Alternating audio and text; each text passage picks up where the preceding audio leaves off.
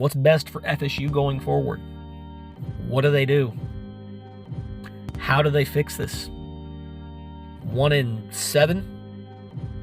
Unacceptable. He always preaches the climb. Well, he's on an uphill climb right now. Hey, what's going on? No hard feelings here with an instant reaction to FSU versus Miami 2024. But before we get into that instant reaction, Canes fans, let me know, are you happy with the score, 36-14, or are you disappointed? Now, before we get into the reaction, I just have some random pre-analysis thoughts that I want to get off my chest and see what you guys have to think. But why was DJ Uyunglele given such a long leash, and then we get all this back and forth, a short leash with Brock and Luke? I don't understand the management there. What's going on with that? What's with bringing in Brock with 4 minutes left in the game? Can someone please tell me, was Luke injured? Because that last drive with Brock, it was awful. I know they weren't going to drive down the field and score a touchdown. I wasn't even expecting that. But seriously, what was going through Mike Norvell's mind when he was drawing up those plays? It was like my 5-year-old out there calling plays on that last drive. I can't figure it out. But then again, I can't figure out the season.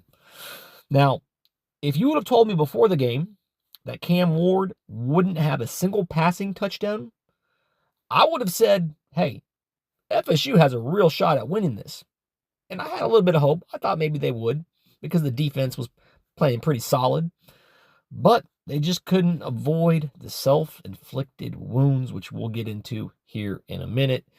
So let's talk about the FSU versus Miami game we all just watched. Now, I'm sure there's some of you listening to this that probably said, hey, I didn't even bother to watch, or I turned it off at halftime. I get it. I've been there before, but this season's already lost. I just wanted to see how some of these young guys looked. So let's first talk about the offensive line. Man, they played like crap that first half. They had Brock running for his life back there. They played so bad, the offensive line or the running backs, they only had 12 yards rushing in the first quarter.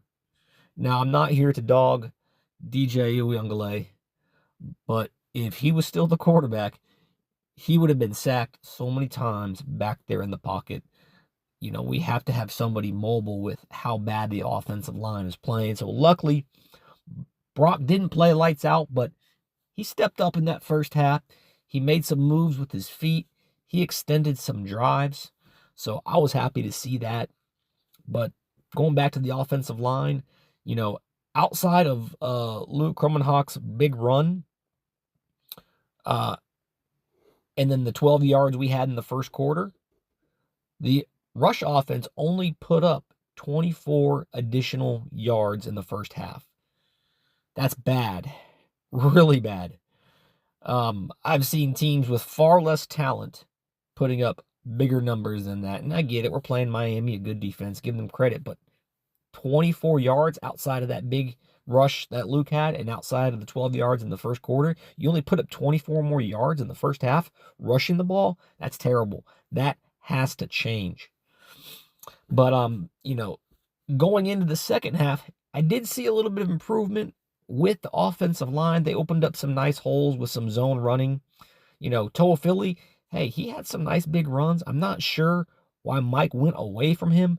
He seems to have done that several times this year already. I'm not sure what the thought process is there, but then again, I don't know if there's much thought process behind some of these plays that are being drawn up. I really don't. And why didn't we just keep trying to run the ball, pounding the rock? You know, maybe hit the defense with a play action. There just wasn't any creativity with this offense, and we'll touch more on that in a minute. But you know, the penalties and the miscues killed Florida State in this game. We shot ourselves in the foot over and over again. We had 5 penalties in the first half for 30 yards, and then we had those two penalties. We couldn't get guys off the field by Fuller, and Norvell was pissed. You could see his face. That's unacceptable. You can't have players jogging off the field. You have to get those players off. And they weren't big penalties, like in terms of yardage, but it put Miami in a favorable down and distance to convert and get a first down. And you can't afford to give a good team like Miami free yards. And, Miami, they only had 2 penalties for 20 yards compared to FSU, again, 5 for 30 in that first half. Just lack of discipline across the board on Florida State. But, we tried to run a trick play in the first quarter with Brock being split out wide left and Douglas being under center. But I think Ja'Kai Douglas, I think he saw something and it looked like he was trying to check out of it or make an adjustment, and he just ran out of time. So, Mike had to burn a timeout. You have to do a better job of getting your players in position and ready to go. It's just lack of competence from the coaching staff getting these players put into position, and the players lacking a sense of urgency. I just don't get it. You can't afford that in these types of game. And I thought Mike Norvell, I think he went for it a little too much on the 4th downs. I think he forced it a little too much. Now, I agree with the first one he went for. Hey, you're coming out second half, trying to establish some momentum. You got to get some points. It's your first 4th down. You're near midfield. It was a little risky, but I can see going for it once. All right, he converted it. I see, good. He got it. And then he puts himself again in another 4th down call. And that one, it could have went both ways, to be honest. I thought he could have maybe kicked the field goal. I didn't like the play call, running a wheel route, because Luke just completely missed him by like 10 yards. So I thought it was a bad spot to put Luke in, and 2, a bad call on top of that. But I digress. I just thought there could have been a little bit more creativity, because they actually went for it a 3rd time on a 4th down on the next drive they had, and they missed that one. Now, on one of those, they could have kicked a field goal. Now, what would the field goal have done? I don't know. It maybe gave them some momentum, got the team believing in themselves. You're moving in the right direction. I don't know. Maybe they could have faked a field goal. Maybe they could have punted and maybe forced a muff. Something. There was just no creativity on Norvell's part. Nothing. It was just run, pass, run, pass. And if you're a good offense, there's nothing wrong with that. But when you're like last in the nation on offense, you have to find some creative ways to get the ball into the hands of your playmakers, especially against a defensive line like Miami's. But they didn't do it. So I don't know. I just wasn't a fan of the calls that Mike went with on the 4th down. Because when they failed to get it where they were at, all Miami had to do was just convert 2 first downs, and they would have been in field goal range. And that's what they did when they went up 20-7. They just moved the ball, moved the chains twice, and they got their kicker into field goal range. They actually did it another time after that, I believe. But speaking of creativity, if you look at Miami, a team like them, they don't necessarily have to be as creative. And they really weren't when you look at their game plan. It was a pretty vanilla game plan on their part. But they still mixed in some creativity. They had a flea flicker, and then that last touchdown, or second to last touchdown, I should say, before they tacked on that garbage time one, where they had to throw back to Cam Ward. That was a little trickery right there. You're telling me Mike has been coaching all these years and can't put his players in position to execute something just like that? There was nothing. No fake punts, no wildcat, which we attempted to see it. There's no run-pass option. Just runs and passes. Again, very vanilla runs and passes. First half, I thought FSU hung in there pretty well. Time time of possession, FSU held the ball for 11 minutes, 47 seconds in the first half. Miami held it for 18 minutes and, 13 seconds, considering how bad Florida State is and being on the road. They held their own a little bit. They didn't play great, but time of possession wise and defensively, they played okay. The defense, in that first half, they had 3 sacks on Cam Moore. I thought that was good. 2 of them on back-to-back plays. I thought the defense, especially the third down defense, I thought particularly they played poor, almost like a bend but don't break. I think the first half, Miami was 1 for 6 on passes of 15-plus yards down the field. So, the defense did good limiting those passes over the top. They kept things in front of them, but that's where they messed up. They gave up that 3rd and 20, which is unacceptable. Fuller went from playing man all before that to a soft zone coverage. And, they interviewed Mike just after that. And, he said, what was the problem? And Mike Norvell said there was a miscommunication on that play. I'm not sure how you can have that kind of mistake on a crucial 3rd down. Now, if we stop them on that play, it's likely 10-7 going into halftime. But what does Fuller do? He blitz safeties. He keeps his defensive backs playing 20 yards off the line of scrimmage, giving up everything underneath, and then he tightens up in the red zone. I'm sorry, but you got to be aggressive. You got to press the man. You got to try to force a turnover. You can't just give up all these plays underneath and just give up field goals and think there's nothing wrong with that. Because the way Miami was moving the ball, they were moving it pretty quickly down the field, and they were okay with getting the field goals, it looked like. So I thought they could have did a better job with that. I didn't like that 3rd and 20 call. That kind of hurt us. And, I thought Cyprus adjusted well over the game because he got abused on that opening drive. They picked on him on 2 times on that left side, but, he had some nice coverage down the field against some of the Miami wide receivers, held his own, had some big stops. So, I thought that was nice to see.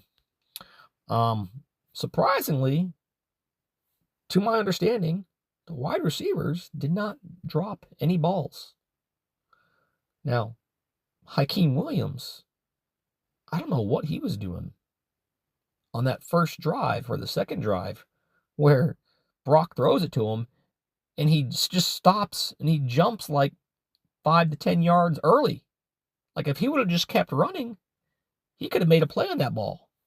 And who knows what could happen? Maybe he could have beat the man and took it, to the house for 6. But, McCoy and Benson, they had 2 nice catches in the first half to extend the drive and kind of keep Miami off the field. And that was critical because if Florida State convert on some of these passes, on some of these throws, Miami would have had more time at the end of that first half, and likely they would have probably tacked on another touchdown instead of settling for a field goal. And they had about 102 yards, I think, in the first half. I thought Luke Krummenhoek, he played okay for a freshman. Overshot some receivers on some throws. He had that one big run for about 42 yards. But before that, what happened there? They mishandled the snap. He mishandled the toss, and then the running back kind of, fumbled that catch. But luckily on that following play, Luke was able to get it down into the red zone. Thought there were some missed calls on Florida State. There were some on Miami. They missed a couple pass interference calls, but yeah, that's going to happen. I thought the first one in the first quarter was pretty blatant, but I don't know if that would have made much of a difference. But yeah, to keep Cam Ward with no passing touchdowns, I thought that was pretty impressive.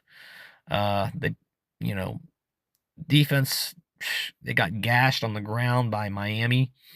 Damian Martinez, he had 148 yards on 15 carries.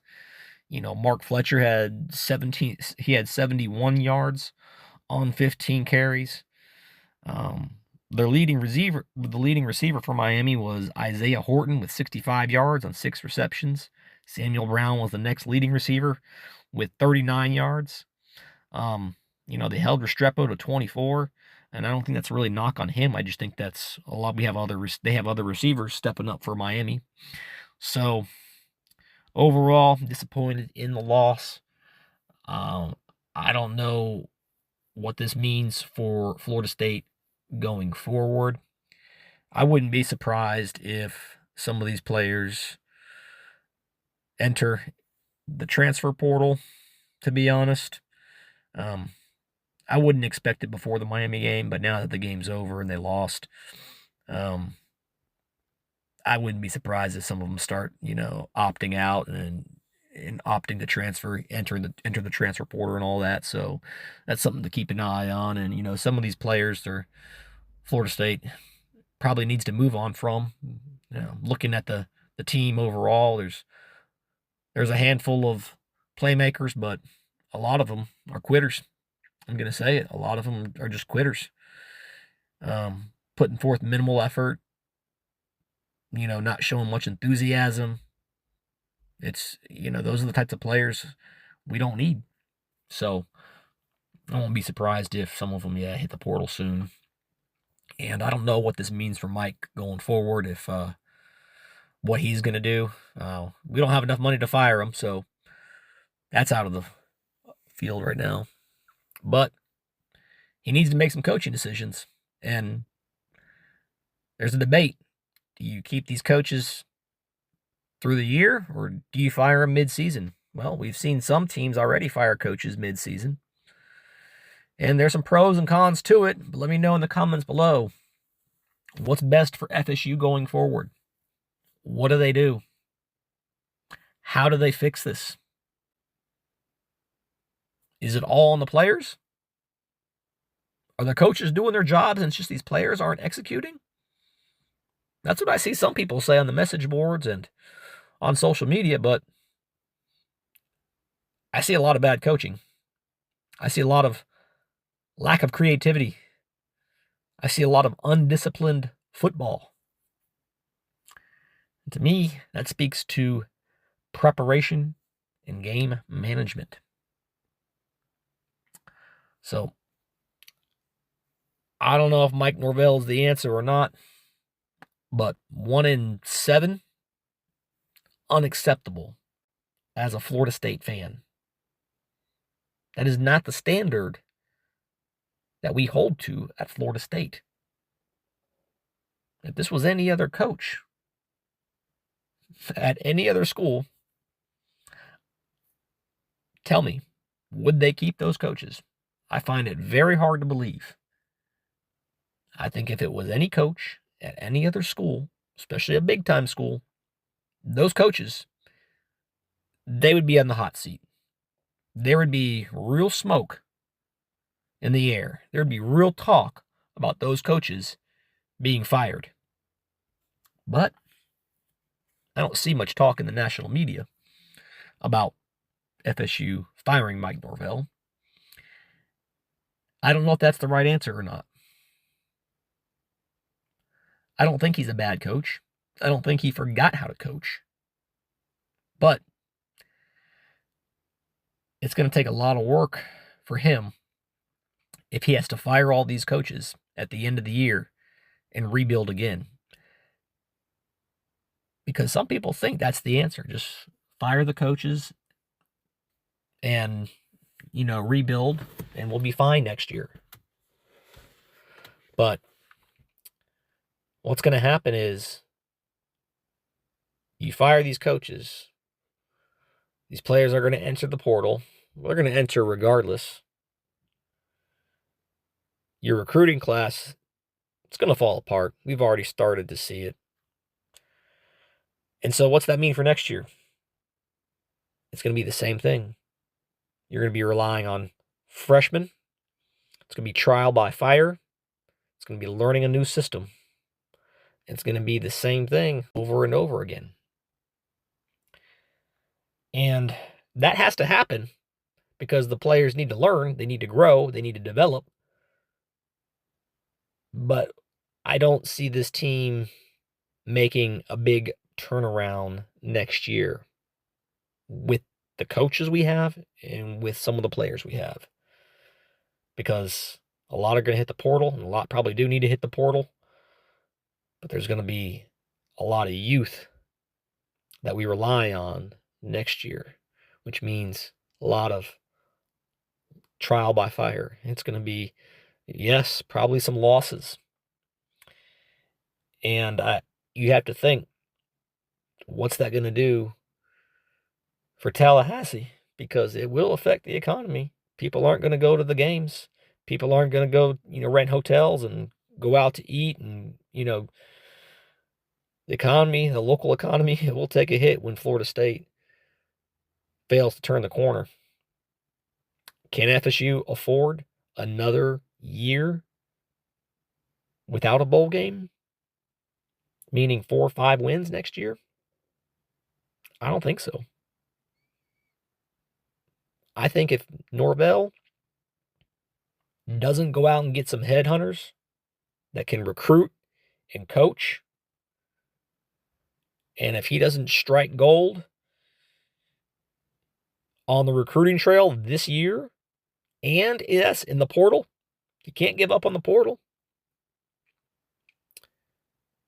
then we're going to be in for a long year. Because he has an uphill climb. He always preaches the climb. Well, he's on an uphill climb right now. His butt's on the line, and it should be, because he's the head coach. Everything falls on him. But he will need to go out and get the best assistant coaches possible. He will need to salvage this recruiting class and then also capitalize on some of the big fish out there. And then he will need to develop these players, get them the right coaching over the spring and summer to even be competitive next year. To me, that sounds like it's an uphill battle. I don't know if he can achieve it or not. Let me know in the comments below what you think. But if you would have told me 36-14 before, I would have took it. My heart said 28-27, but I was thinking more, 45-10 type game. So 36-14 on paper looks a lot better than the 45-10 or even worse. So let me know your thoughts in comments below. How did FSU look versus Miami? What do they need to do going forward with the coaches? And will next year be a better year? Until next time, it's no hard feelings. I'm out.